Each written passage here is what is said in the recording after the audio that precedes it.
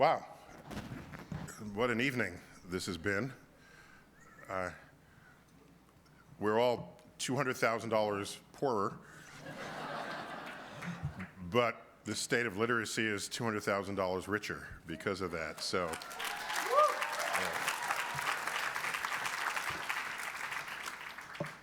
I'm going to do three things. I was going to give an acceptance speech, but I said no.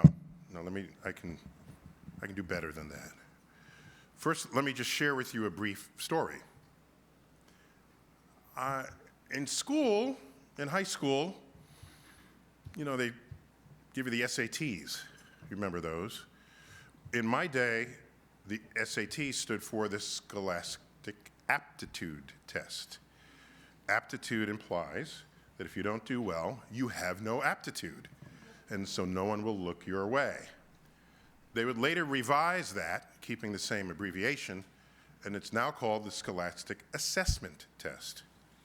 It's a little more accurate, I think, because it allows you to be assessed for what your level is, perhaps alerting you that you need to work harder to improve, rather than have someone declare that your aptitude is ossified at some score that the Educational Testing Service has decided you're worth.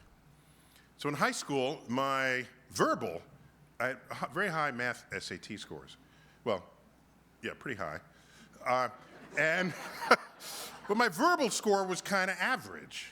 It wasn't bad, it was just kind of average, which means no English teacher felt compelled to point to me and say, watch him, he'll go far in this world, in this sort of English literature, reading. No, completely overlooked. Meanwhile, I knew I enjoyed writing. In fact, in high school, I was editor-in-chief of my school's physical science journal. Yes, it's science, but it's still, I was editor-in-chief, okay? But that didn't matter to the Educational Testing Service. So in graduate school, I wrote a column, a question and answer column, under the pen name of Merlin. It was a way to make some extra money on the side. And wrote that column for 10 years. That column became 2 books. Merlin's Tour of the Universe and its sequel, Just Visiting This Planet. Merlin is from the Andromeda Galaxy. After my PhD, I wrote a column for Natural History magazine. At this point, I am director of the Hayden Planetarium at the American Museum of Natural History. That column I wrote for 12 years, killed me every month. I finally learned the meaning of that statement, I like having written. Yeah, looking at it, yeah, but like in the middle of it, on a deadline, I'm reminded of that other adage, which we don't want to admit to, but it's true. No piece of writing is ever finished, it just comes due.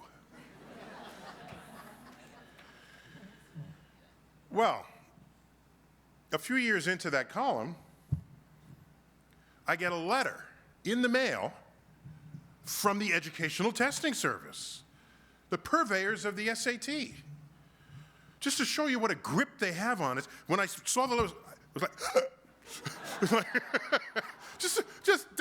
that's sad that they have that much power over me years later. But I knew they must have known something because it was addressed Dr. Neil deGrasse Tyson. So I said, they must know something about my progress in life.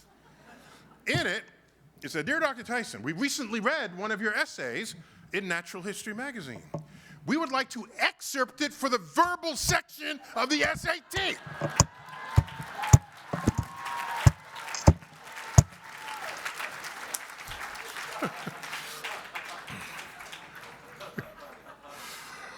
Boy, I was happy and angry at the same time.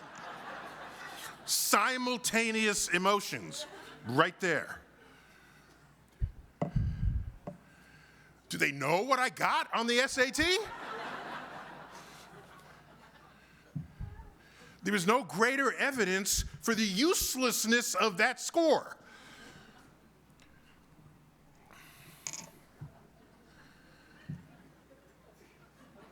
"17 books later, one of my books was, I don't have as many like number ones as a man over there. But I've been on the list a few times, but not, okay. But one of them was like on the list a long time. One of my books was on the list for 81 weeks.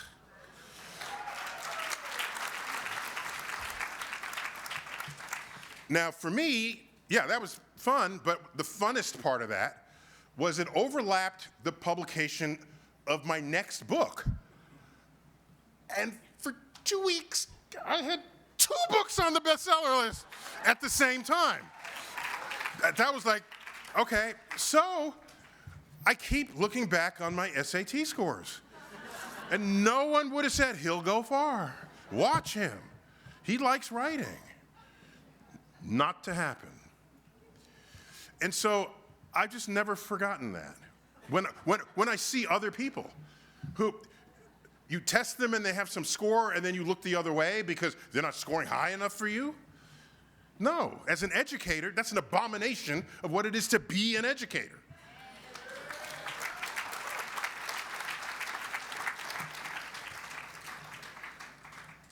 And I have to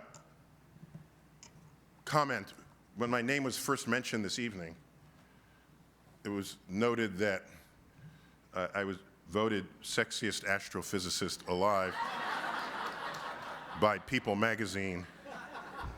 So I have to clarify that, if I may. First of all, that was 40 pounds ago, if you measure time in poundage. But also, consider the category.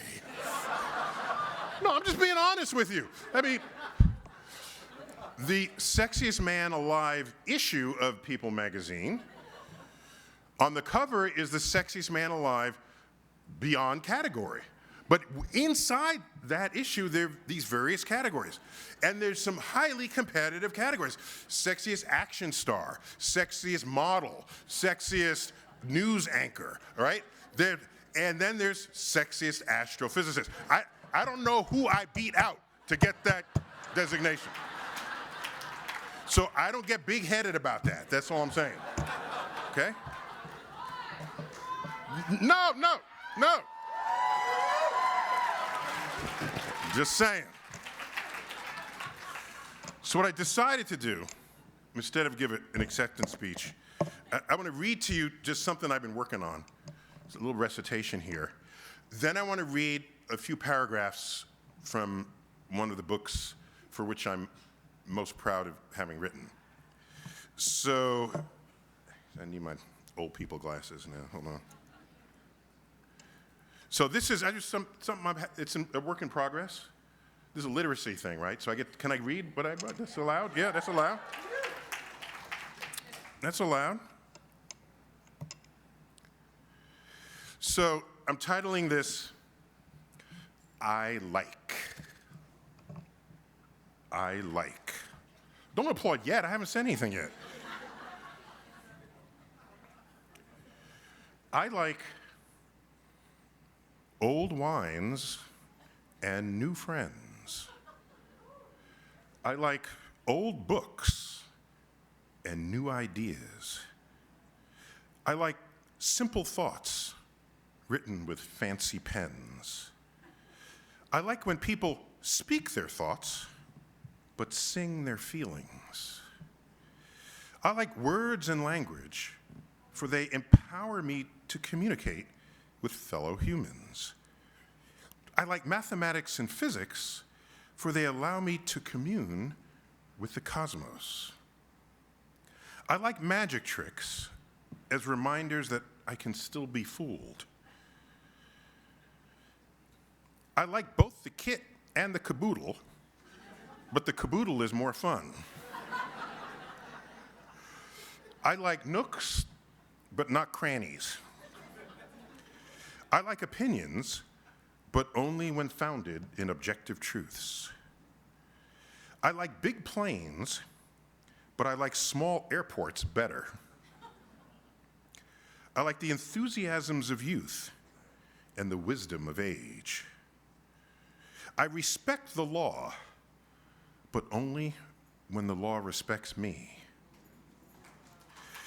I like sunny days and starry nights. I like sunsets and moonrises. I like twilight in both forms, dusk and dawn. I like to create rather than search for meaning in life. I find peace in traffic, but only when I'm not in a hurry. When I eat popcorn, slightly too much butter is just the right amount. I like flowers that ask you to pause and take notice. I like moderation, but only in moderation. I like both lemons and lemonade. I like long bridges and short tunnels. I like ocean waves that crash on sandy beaches. I like warm sunlight and cool breezes. I like boundless curiosity, for it turns information into knowledge and ultimately knowledge into wisdom.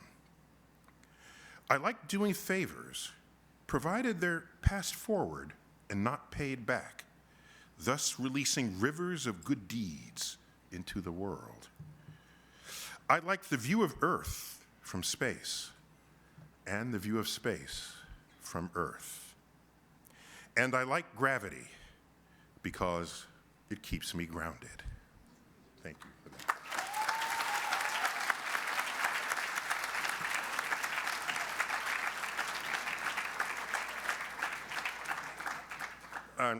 Thank you for your, that's my whole, it's all feeling in there, and I hope I conveyed that.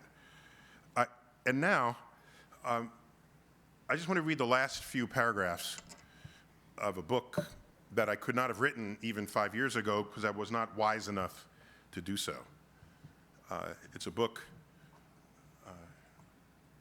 titled Starry Messenger, Cosmic Perspectives on Civilization. It's dedicated to my father, who worked hard to try to create a world of peace and happiness rather than unrest and distrust. My father was active in the civil rights movement, worked under Mayor Lindsay here in this city. So the connectivity is strong and it's deep, 60 years deep. And so it's a chapter called Life and Death. It's a perspective on life and death that you might not have known, or if you had known it, maybe you didn't appreciate it. So here it is. Do you really know how precious life is? The total number of people who have, this book is, all the chapters are paired words that we've all argued with crazy aunts and uncles over Thanksgiving dinners. There's a chapter called Color and Race, Gender and Identity, Law and Order, Body and Mind, Risk and Reward, Meatarians and Vegetarians. Yeah, I went there in this book. Each of those subjects can be thought of, can be viewed through the lens of science literacy. Another kind of important literacy, science literacy.